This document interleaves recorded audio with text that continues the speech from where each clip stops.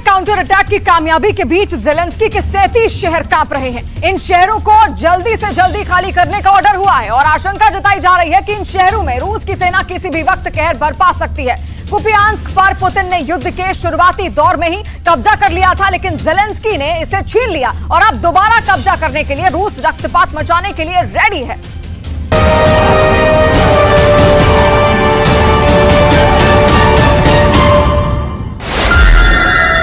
37 शहर, 37 हमले, बच गए बस 37 घंटे। यूक्रेन का कुपियांस्क।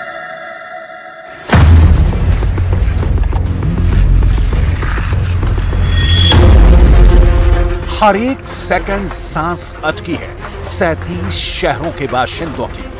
सिर्फ एक मिसाइल और कुल खानदान सबका विनाश।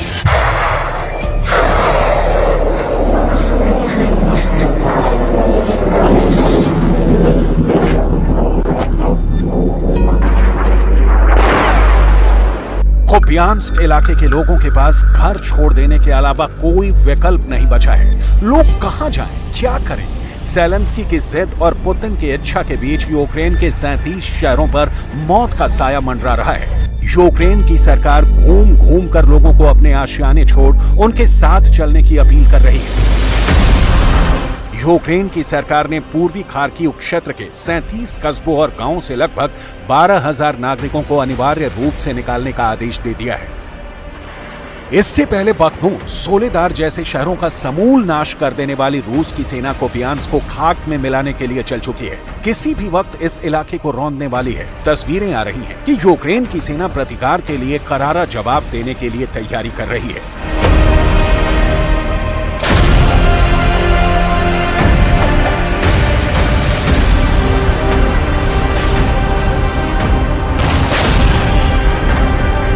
लेकिन इस बीच उनका क्या करें ज़ेलेंस्की, जिन्होंने हथियारों की ट्रेनिंग नहीं ली है, लिहाजा शहर दर शहर खाली कराया जा रहा है।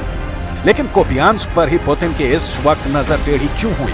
इसका कारण जाने बिना ये समझने में दिक्कत होगी कि पूरे खार्किव में अभी क्या चल रहा है। आपको याद होगा कि यूक्रेन के 4 इलाकों को पुतिन ने रूस में मिलाया था, जनमत संग्रह कराकर। खार्किव उन्हीं में से एक है।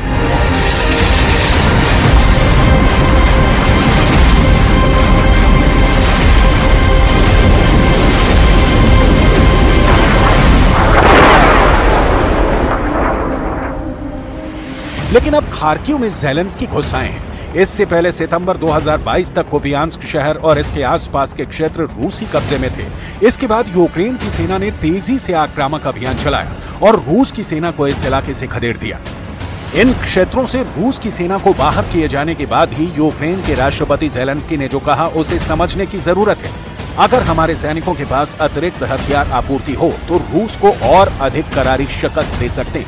कुपियांस्क में पुतिन को क्या मिलेगा, इसका जवाब जानना बहुत जरूरी है। इसे मैप पर समझने की कोशिश करते हैं। कुपियांस्क खार्किव के पूर्वी इलाके में है। कुपियांस्क शहर रूस की सीमा से लगभग 30 किलोमीटर दूर है। खार्किव पर पूर्ण कब्जे के लिए कुपियांस्क की जीत बहुत जरूरी है। कुपियांस्क का किला गिराकर पुतिन की सेना खार्किव के दूसरे इलाकों में घुसना चाहती है। इसके पहले कुपियांस्क 27 फरवरी 2022 यानी युद्ध छिड़ने के सिर्फ 3 दिन बाद से लेकर 10 सितंबर 2022 तक रूस के कब्जे में था, लेकिन इसके बाद यूक्रेन के हाथों में चला गया। धीरे धीरे हालात ऐसे बन गए कि पूरे खार्किव पर भयानक खतरा मंडरा रहा है।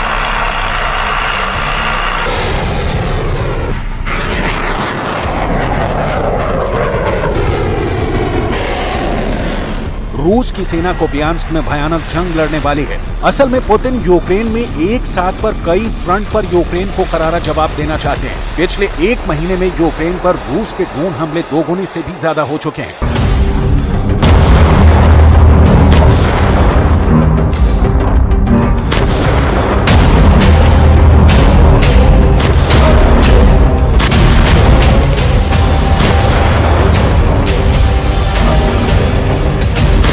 मिसाइलों की मार भी बढ़ा दी गई है, लेकिन जमीन पर रिपोर्ट आती है तो यूक्रेन स्लो लेकिन बढ़ रहा है।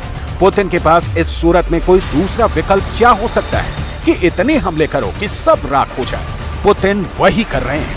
अब आते हैं पूरे खार्किव पर। आपको कीव पर हुए हमलों की डिटेल भी दिखाएंगे, लेकिन पहले खार्किव वाली रात। यूक्रेन के कीव के बाद खार्किव दूसरा सबसे बड़ा शहर है। खार्किव शहर की स्थापना 1654 में हुई थी। 1820 में यूक्रेनियन राष्ट्रीय आंदोलन का खार्किव केंद्र बना था। 1920 से लेकर 1934 में सोवियत रिपब्लिक ऑफ यूक्रेन की राजधानी बनाया गया था ये शहर। खार्किव सोवियत संघ और जर्मन सेना के बीच जंग का केंद्र बना था। 1941 के दिसंबर महीने से लेकर जनवरी 1952 तक इस शहर में नाजी जर्मनी ने हजारों यहूदियों को मौत के घाट उतारा था।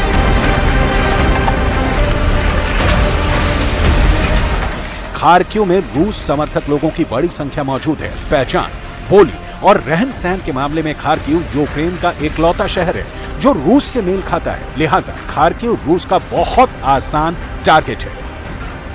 रूस की सीमा पर बसे अपने जैसे शहर पर इसलिए रूस की सेना ने युद्ध के बिल्कुल शुरुआत में ही कब्जा कर लिया और अब दोबारा कब्जे के लिए रूस की सेना कूच कर रही है।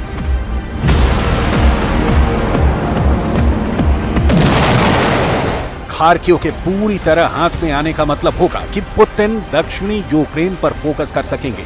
यहां भी हालात बेहद गंभीर है। ज़ेलेंस्की की अज़ोव सागर तक पहुंचने की इच्छा के बीच रूस के कब्जे वाले कई शहर जैसे बर्दियांस्क, मेलिटोपोल, मारियोपोल, यहां तक कि क्राइमिया तक पर संकट आने वाला है। ज़ेलेंस्की ने भी ड्रोन हमलों की रफ्तार तेज कर दी है। मॉस्को की ओर जाते हुए एक यूक्रेन के ड्रोन को मार गिराने की रूस की सेना ने बात कही है। रूस की डिफेंस मिनिस्ट्री का कहना है कि सेना ने 9 तारीख की रात 13 यूक्रेनी ड्रोन्स मार गिराए। इनमें से 11 ड्रोन्स को क्राइमिया के पास मार गिराया गया। उन 11 में से 2 ड्रोन्स को क्राइमिया के सेवेस्तोपोल शहर के पास मार गिराया और 9 को इलेक्ट्रॉनिक वॉरफेयर के जरिए मारकर ब्लैक सी में गिरा दिया गया। वहीं अन्य 2 ड्रोन्स को राजधानी मॉस्को के पास मार गिराया गया। रूस के दावों और आंकड़ों के बीच सच का एक पहलू और है, और वो कहता है कि क्या पुतिन के महल क्रेमलिन के ऊपर यूक्रेन धमाका करता है। अभी कुछ हफ्ते पहले यूक्रेन का यही दुस्साहस पुतिन को गुस्से से भर देता है। पुतिन यूक्रेन को जलते देख सकते हैं, लेकिन जब बात अपने देश की आती है तो बहुत स्वाभाविक है कि पुतिन का खून खौलने लगे।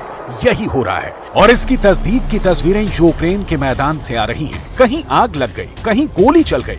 मतलब रूस और यूक्रेन के बीच 17 महीने से भी ज्यादा समय से चल रहे युद्ध में अब दोनों तरफ से एक दूसरे पर हमले किए जा रहे हैं। एक समय सिर्फ रूस हमले कर रहा था और यूक्रेन अपना बचाव, लेकिन अब दोनों ही दुश्मन के हमलों को रोकने की कोशिश में लगे हैं। 24 फरवरी 2022 को शुरू हुए इस युद्ध की वजह से अब तक यूक्रेन में जान माल का भारी नुकसान हो चुका है और कई शहरों में भीषण तबाही मच चुकी है। शांति की नई कोशिशें की जा चुकी हैं, लेकिन उनका नतीजा शून्य रहा है। उस पर हालात इतने गंभीर हो चले हैं कि जिन इलाकों में अब युद्ध हो रहा है वहां पहले से भी भयंकर रक्तपात मचा है। पुतिन की समझ साफ होने के बाद की जंग हाईटेक हो चुका है। रूस की सेना जबरदस्त वॉर टेक्नोलॉजी का इस्तेमाल कर रही है। अभी कुछ घंटे पहले रूस ने यूक्रेन की राजधानी कीव पर हमला बोला है।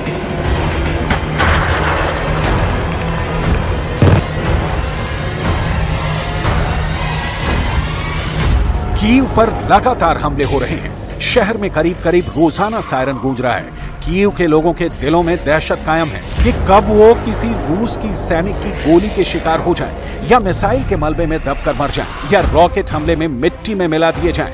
कीव में तो आलम यह है कि जब से युद्ध छिड़ा है राजधानी के लोगों की सांस अटकी है। खार्किव में ज़ेलेंस्की की दोबारा हार कीव के भाग्य को भी पलटने वाली हो सकती है। लिहाजा ज़ेलेंस्की अपने नागरिकों को सिर्फ शहर छोड़ने का ऑर्डर नहीं दे रहे, बल्कि रूस को करारा जवाब देने की तैयारी भी कर रहे हैं। अब देखना है कि कुछ दिनों में कुपियांस्क किसका होता है, ज़ेलेंस्की का रहता है या पुतिन का हो जाता है।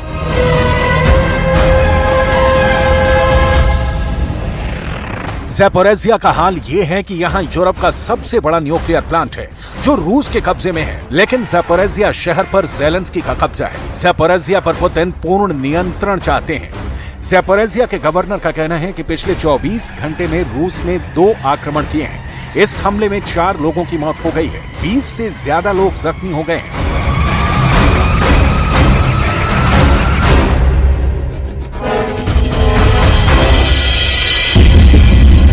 पुतिन के पास वक्त बहुत कम है। अगले 4 महीने में यूक्रेन में बरसात शुरू हो जाएगी और वही कीचड़ वाले दिन लौट आएंगे। पिछले साल यूक्रेन के कीचड़ों ने रूस के टैंकों का कचूमर निकाल दिया था। यूक्रेन रूस के टैंकों का कब्रिस्तान बन गया था। एक तो कीचड़ और ऊपर से यूक्रेन की सेना के पास अमेरिका वाला ज़ैवलिन। पुतिन इस बरसात से पहले कुछ ठोस करना चाहते हैं। इसकी तैयारी बेलारूस में दिख रही है।